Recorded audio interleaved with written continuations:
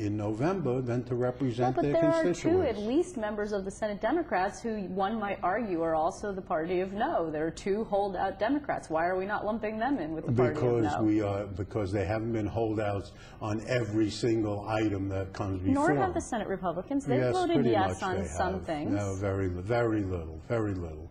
And anything, and if they voted yes, it was only after there were 32 votes in the Democratic conference to vote yes. They would not vote yes until there were 32 But they Democratic signed votes. Mayor Koch's reform pledge. Well, you that's did not. wonderful. They're big reformers. Okay, but you I did didn't not. do it because I passed bills and voted yes on bills that do most of what Mayor Koch wants. Citizens Union, which is one of his partners, stood and agreed that yes, we passed campaign finance reform. They supported it. Yes, we passed an ethics bill that they supported. So let's be real. He says you're a bum that should be thrown out. Well, I am not going to glorify his statements. I respect the elderly, and I think it is, you know, as my former congressman and my former mayor, someone who supported him many times, I respect his position in life now. And you haven't had a conversation with him, I'd assume, since he put you on the enemies list. No, I've had conversations with him before where he was startled to learn that the principles that he stood out for, many of them passed the Assembly already.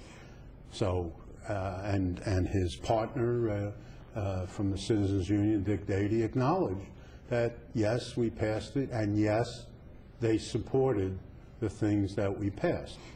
In terms of this news cycle, the last 24 hours, while the legislature was here, the news of the legislature, such as it was, got a little bit usurped by the fact that this report was released yesterday by Judith Kaye on David Paterson. What was your response to it? Have you read it? I have not read the report. I've been involved in, obviously, these budget discussions and conferences. I have the utmost respect for Judith Kaye, whatever her ultimate determinations may have been. I am sure that they are the result of serious deliberations by her and an impressive job by her, but it would not be fair for me to comment on something I have not read. But you have read the news reports on it. I've read some of the news reports. With all due respect to the present media, it does not necessarily mean that I accept everything that's written in the newspapers as the truth. Well, it's just that to say there was no criminality, and yet the governor had erred in his judgment in involving himself in a domestic violence case, brings up a question regarding judgment and leadership, does it not? I would again reserve comment until I read her report.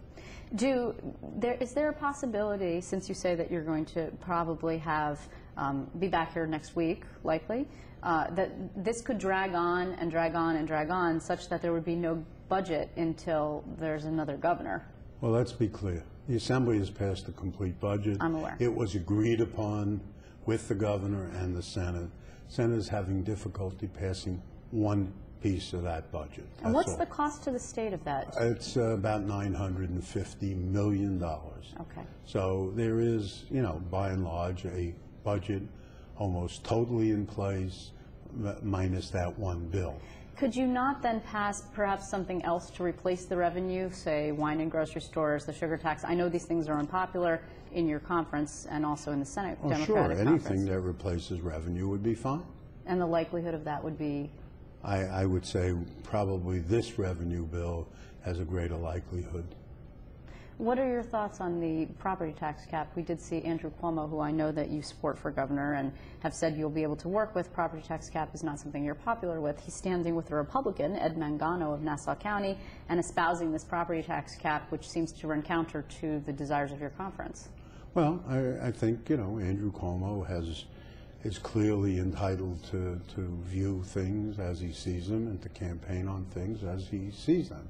And, at this point, I think our job is to focus on getting a budget and a balanced budget in this state, and that's what we are looking to get. Are you speaking to him regularly about the budget? Yes, I am. And you think that's appropriate for him to be doing, since he's not technically the governor?